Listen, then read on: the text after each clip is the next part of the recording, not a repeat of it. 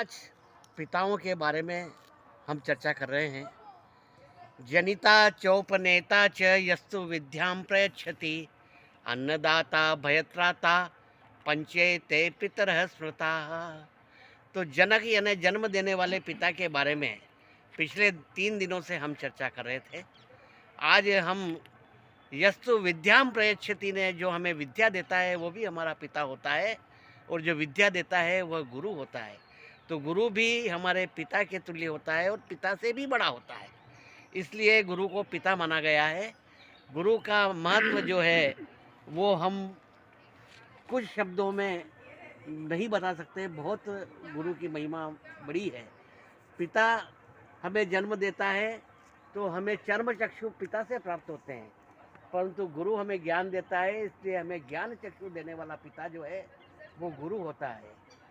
अज्ञान तिमिरंधस्य ज्ञानांजनम शलाकया चक्षु उन्मिलितम येन तस्मै श्री गुरुवै नमः। इन अज्ञान के अंधेरे को दूर करके हमारी आंखों में जो ज्ञान का अंजन आ जाता है वह हमारा गुरु होता है, और गुरु से हम गोविंद तक पहुंच सकते हैं। गुरु और गोविंद दोनों खड़े काके लागू पाए, बलिहारी गुरु आपकी तो गोविंद दियो बताए। वह गुरु पिता के रूप में होता है जो हमें परम पिता से मिलवाता है। राजा उत्तानपाद, उसकी 2 रानियाँ थी, एक सुरुचि और एक सुनीति। सुरुचि से उत्तम नाम का पुत्र पैदा हुआ और सुनीति से ध्रुव नाम का पुत्र पैदा हुआ। सुरुचि बड़ी थी, सुनीति छोटी थी। तो दोनों पुत्र खेलते हुए पिता के पास में गए, तो वो बड़ी रानी का पुत्र उत्तम था, वो पिता की गोद में बैठ गया, और छोटी रानी का होने से ध्रुव को पिता की गोद नहीं उपलब्ध हुई। इससे वो रुष्ट होकर के माँ के पास गया, तो माँ ने कहा कि पिता से भी बड़ी गोद परम पिता की होती है। तुम परम पिता परमेश्वर भगवान का ध्यान करो, उनकी तपस्या करो, तो भगवान की गोद आपको प्राप्त होगी। तो ध्रुव जंगल में तपस्या करने के लिए निकल गए, परंतु उन्हें ईश्वर की प्राप्ति करने के लिए गुरु की आवश्यकता थी। तो नारद जी उन्हें रास्ते में मिले और उन्होंने उसे एक 12 अक्षर मंत्र दिया, ओम नमो भगवते वासुदेवाय, और कहा कि इस मंत्र का तुम जाप करो तो तुम्हें ईश्वर की प्राप्ति होगी। मंत्र जब ध्रुव को प्राप्त हुआ और उसने उस मंत्र का जाप किया, तो साक्षात प्रभु प्रकट हुए और उन्होंने उसे कहा कि बोल क्या चाहिए। तो उसने कहा मुझे ऐसा स्थान चाहिए जो हमेशा हमेशा के लिए अमर और स्थिर हो। तो उन्होंने उसे ध्रुव तारा बना दिया, जो आज भी अमर है और स्थिर है। तो ये ध्रुव को जो पदवी प्राप्त हुई है वह गुरु की कृपा से प्राप्त है। उसी तरह से हिरण्यकश्यप और उसकी पत्नी का नाम था कदायु, दोनों से पुत्र पैदा हुआ प्रहलाद, और प्रहलाद प्रभु भक्त था। उसे भी नारद जी गुरु मिले और नारद जी ने उसे गुरु मंत्र दिया, वो था हरि ओम तत्सत। तो इसका जाप कर तो प्रभु तुम्हें प्राप्त होंगे। और उसी का वो जाप करता रहा।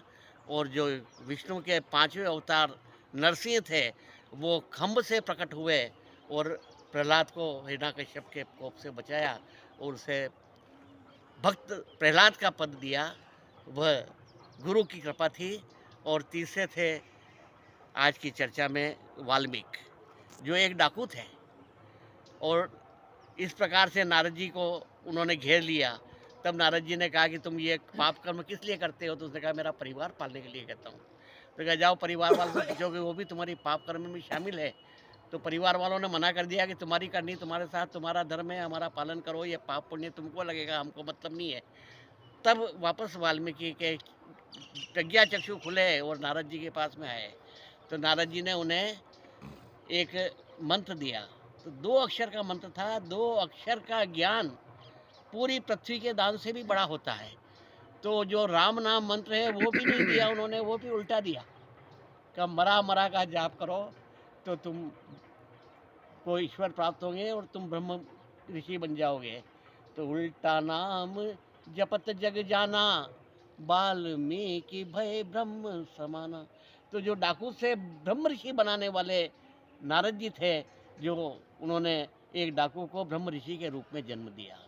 तो कबीर ने भी काफ़ी गुरु के बारे में लिखा कि भटक गया भेदी बिना कौन बतावे ठाव, चलते चलते झुक गया और पाव कोस पर गाँव।